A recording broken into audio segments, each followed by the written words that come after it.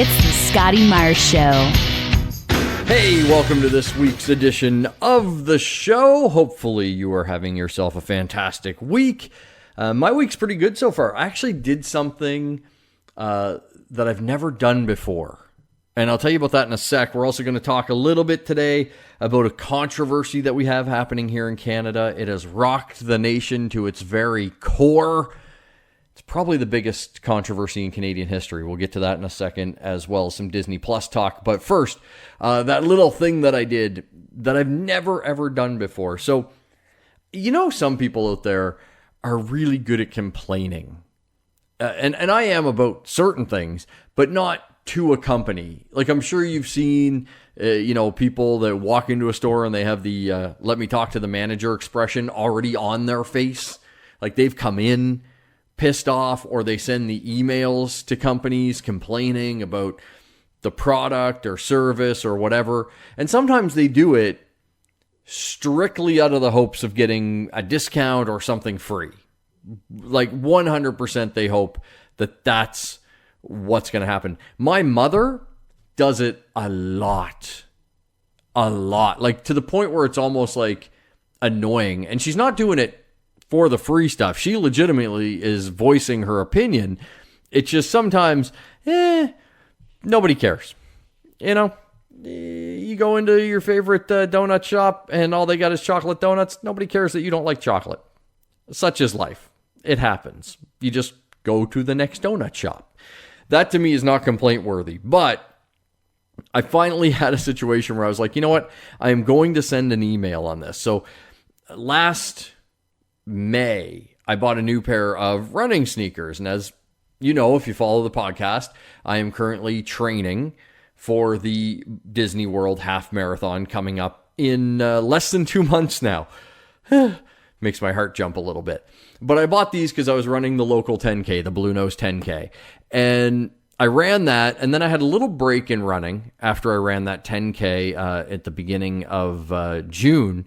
And then started to pick up the running again once I decided that I was going to do this half marathon, and been trying to be really diligent with it, but still only really running once a week. And I noticed these sneakers that I had were really starting to wear, and not only wear on the sole, but the fabric was starting to rip. And just overall, I was really disappointed because we're talking less than a year old. At most, they've been worn once a week for a run. And they were good sneakers, an Asics, like Gel Nimbus. So they're a good running sneaker. At least that's what the guy at the store told me, that they were a good running sneaker. And I had a pair of Asics Gel Nimbuses before, and the sole wore out really quickly. But I didn't say anything. I just thought I had a bad pair. But then when the same thing happened with this one, I kind of was like, you know what? These weren't cheap. I'm going to write them a letter and just say, hey, I'm a little upset with the quality of your product. And so I wrote them a letter. It was not like hey, fuck you and your sneakers. It was just like, I'm just curious if this is normal. I've had these less than a year. I run once a week. Here's a photo of the wear of the sole, and here's a photo of the tearing on the fabric that's starting to happen. Is there anything that can be done about it? They instantly got back to me and were just like, we're so sorry. Please go to our website and basically pick another pair of sneakers.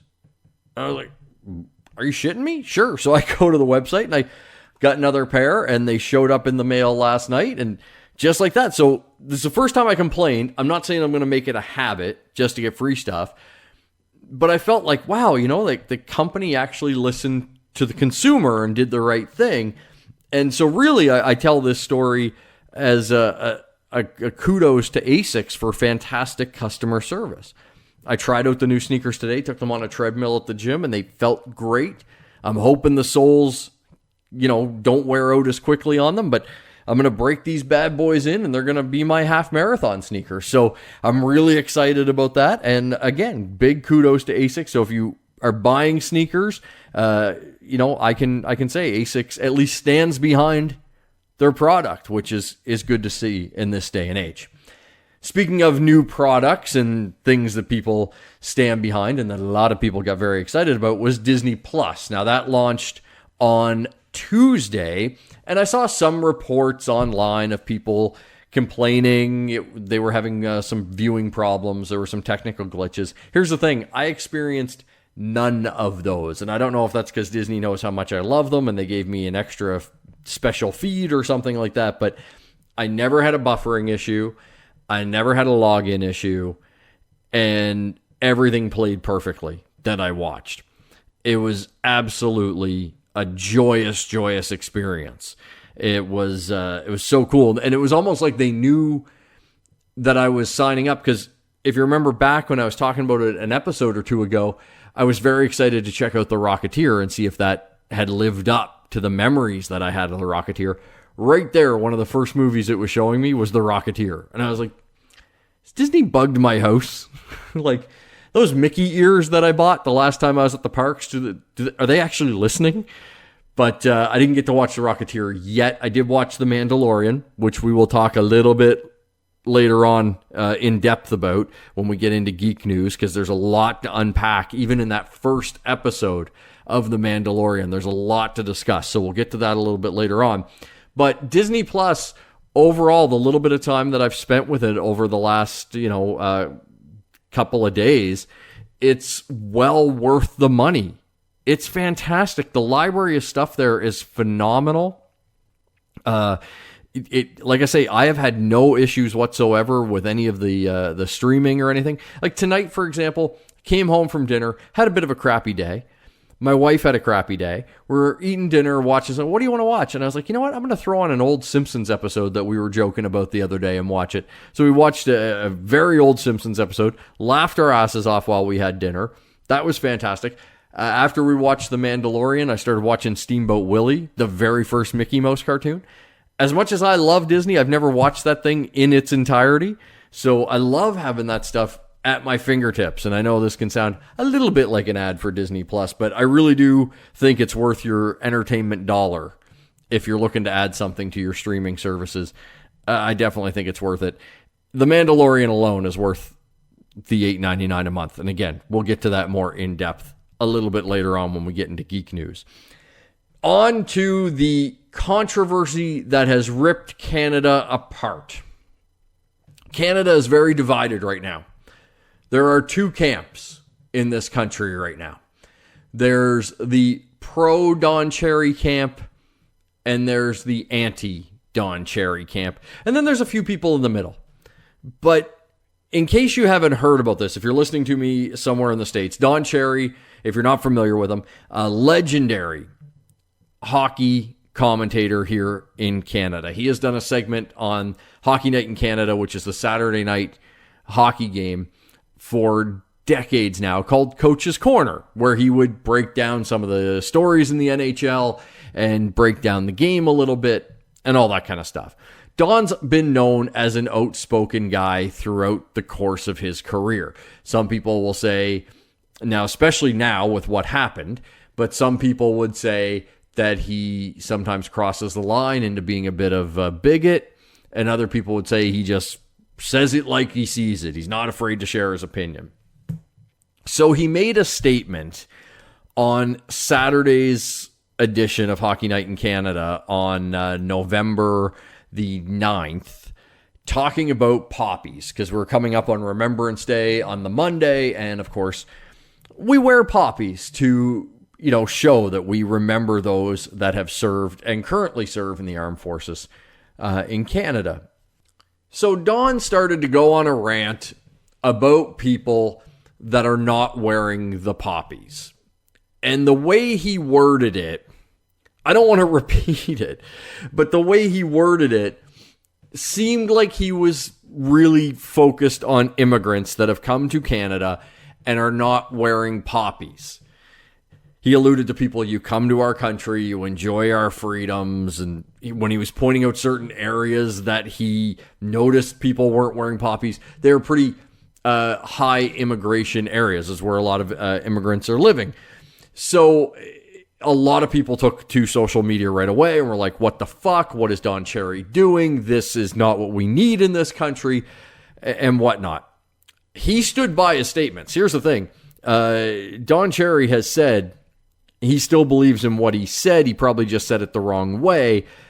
But that happened on Saturday night. Social media outrage on Sunday. And then Monday, on Remembrance Day, Don Cherry was fired. And then the other side came. There was a little bit of pushback on Sunday, but once Don got fired, the pro-Don Cherry camp took to social media and have just been posting after posting after posting about how what he said wasn't that bad, and it's all snowflakes and millennials and a freedom of speech issue and all these types of things. So here's the thing, and especially a lot of these pro-Don Cherry posts are making it a freedom of speech issue. And when you work for a private broadcaster, I don't want to say you don't have freedom of speech, but you kind of don't, because there's advertisers and sponsors and all these types of things that can come into play. And on top of that, you have to kind of use your noggin a little bit and know, hey, if I say this, somebody could take it a certain way, and my boss, my company, could see that as a negative, and it could become a problem for me. So you do have freedom of speech in a way, but you also have to deal with the repercussions of whatever it is you choose to say with that freedom of speech. Now, I tend to agree when Don Cherry says he didn't mean it to come across the way it came across. I just don't think... Don Cherry has said a lot of dumb things over the course of his career. This would probably be the dumbest. And I kind of am willing to buy that he didn't mean it to come across the way it came. However, the egg is cracked. You can't put the toothpaste back in the tube. What was said, and the reaction was what happened. And you also have to look at, a lot of people were offended and upset by this. And the company did what the company did, which is totally their right.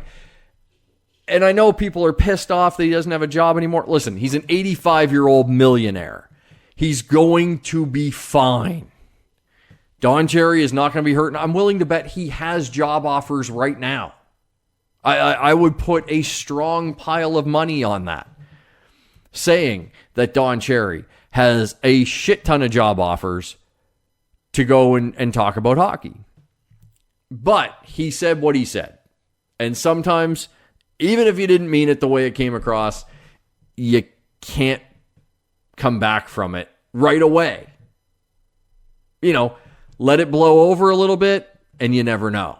Maybe Don comes out, makes an apology, whatever. And maybe there's a way he comes back to Hockey Night in Canada in a year or two. But at the same time, he's 85. If I'm Don Cherry and I'm an 85-year-old millionaire, and because of the way I talked, I lost my job, I wouldn't want that headache anymore.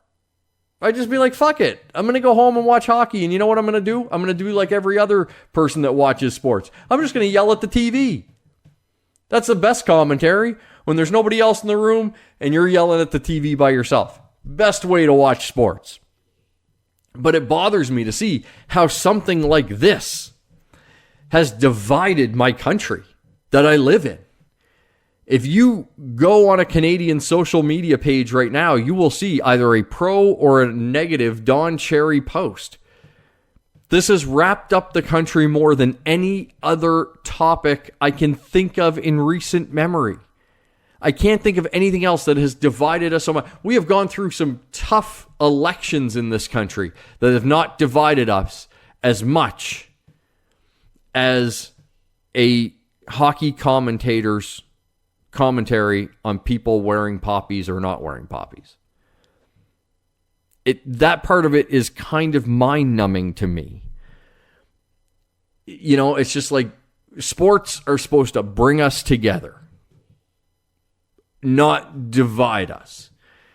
And the fact that hockey, the great Canadian game, is kind of at the root of all this makes me kind of sad. It's the one thing that every Canadian had in common. It was our common ground. You met a new guy in a bar, you sat down, the first thing you could do was start talking hockey to him, and hopefully he liked the same team you did. You know? Even if he didn't, you could still have a great discussion with him and a few laughs, poking fun at each other with their teams. Now, that game, not the game itself, but things around it, has divided us in a really sad way. And I'm hoping that somehow hockey has the power to bring us back together. I don't know how that'll happen, but I'm hopeful. Maybe we need to call Wayne Gretzky. He might be our only hope at this point. On to the off story of the week. Story that, of course, when you see the headline, you just go, oh, for fuck's sakes. This one, the headline's fantastic. Florida man arrested for sexually assaulting stuffed Olaf at Target. A Florida man was arrested for allegedly, he admitted to it, so I don't know why we're saying allegedly here, sexually assaulting an Olaf stuffed doll from the Disney movie Frozen. I'm sure this was actually a Frozen 2 one because it happened recently. This guy's name's Cody. He was 20. He's accused of placing the popular snowman on the floor and, quote, dry humping it until he ejaculated. And you're thinking, oh, this guy must have been drunk, and this happened at a 24-hour Target, at like 3 a.m. No, 2 p.m. That's when this guy felt the sexual desires that only a stuffed snowman can quell. He also found a stuffed unicorn in the store, tried to hump that one before the cops arrived. He admitted, that's why I say I don't know why we're saying this allegedly. In his statement to the cops, he says he does stupid stuff all the time and admitted to, quote, nutting on Olaf. And his dad, Cody's dad, said, listen, my son has a history of this type of behavior, and his arrest record confirmed that. So this guy is a furry on a whole other level, And the first question that went through my mind is, Olaf? Really? Anna and Elsa are right there. I mean, if you're going to grab the stuffed animal, why a snowman? Did his rock hard carrot turn you on? Like what? I just don't, I'm confused. Very confused. He was charged with criminal mischief, and the stuffed animal was ordered to be destroyed by the police. No shit. Like, that's the last thing you want to pick up when you're at a Target. Kid comes running to you, I want this Olaf. Why is the, fur all matted and sticky? That's just not, Olaf's melting. Like, how do you cover that up to your kids, right? I mean, there's just no good way to do it. The only thing I can think of in this guy's defense as to why he grabbed Olaf, Olaf's a snowman. He's, white. So it'd be hard to see the evidence, as it were. On to the geek news of the week. And as we talked about a little earlier, Disney Plus launched, which meant we got the first episode of The Mandalorian. And let me tell you, it did not disappoint in any way, shape, or form. There's so much about The Mandalorian as a Star Wars fan, especially if you're one of these fans that complains about the prequels and kind of the effects of the prequels and how they were all CGI and that type of thing. The Mandalorian, the creatures are so great. Like, the first time he goes into a bar in the show, there's a few characters that will take you back to that cantina scene in episode 4. Different versions, but the same species of characters. Just very, very cool to see them. And the cast is fantastic. Like, Pedro Pascal, who plays the Mandalorian, does a great job kind of emoting only with his voice, because he never takes his helmet off, at least not in the first episode. So we don't really get to see any facial acting, but his body language, his movements, the way he delivers the dialogue, done in a really, really cool way. We get to meet a bounty hunter droid that, again, throwback to older Star Wars stuff. If you remember when they get all the bounty hunters In Empire Strikes Back, there's IG-88, which is Bounty Hunter droid. In this show, we get IG-11. And that's very, very cool. Great personality with him. Very funny, IG-11. And the show opens up with this crazy cliffhanger ending that I don't want to spoil for you. But it instantly, my only complaint was, why is there not another episode that I can watch right fucking now? Because I am thirsty for more Mandalorian. The fact that this is going to be a weekly show is suddenly going to make my week seem incredibly long. And it's a Western. It's definitely a Western. If you watch it, this is kind of like gunslinger rolls into town, gets wrapped up in, a story that, he's kind of at the beginning, at least an unwilling participant in how big the story is. And that's kind of what this is. So it's kind of a throwback to the old style Westerns, but done in the Star Wars universe. And as I said before, this is kind of what we've been waiting for. Something familiar, but brand new. It's not the Skywalker saga. It's set during a time that we haven't explored too much in the Star Wars world, especially not the canon world now, but the time between, the end of Return of the Jedi and The Force Awakens, where the Empire is dead and we're presumably, they've already renewed it for a second season. We're going to start to see the rise of the First Order, I could see happening in The Mandalorian. Just really, really cool time frame for them to explore and lots of room for it to breathe. So having said that, I've seen some people going, is it a Boba Fett show? No, it is not. This is just another Mandalorian from the same planet as I guess Jango Fett, because Boba Fett's a clone. But still, if you are hesitant at all about Disney Plus, The Mandalorian, like I said earlier, alone is worth the $8.99 a month. This is a long-form movie. They spent a lot of money on this. It does not look like a TV show at all. This is our first live-action Star Wars show, and they couldn't have had a better one to start with. It is freaking fantastic. Now, you may say, well, there was the live-action holiday special, and you're right, and they reference it in the first episode of The Mandalorian. One of the characters says he was hoping to get home in time for Life Day.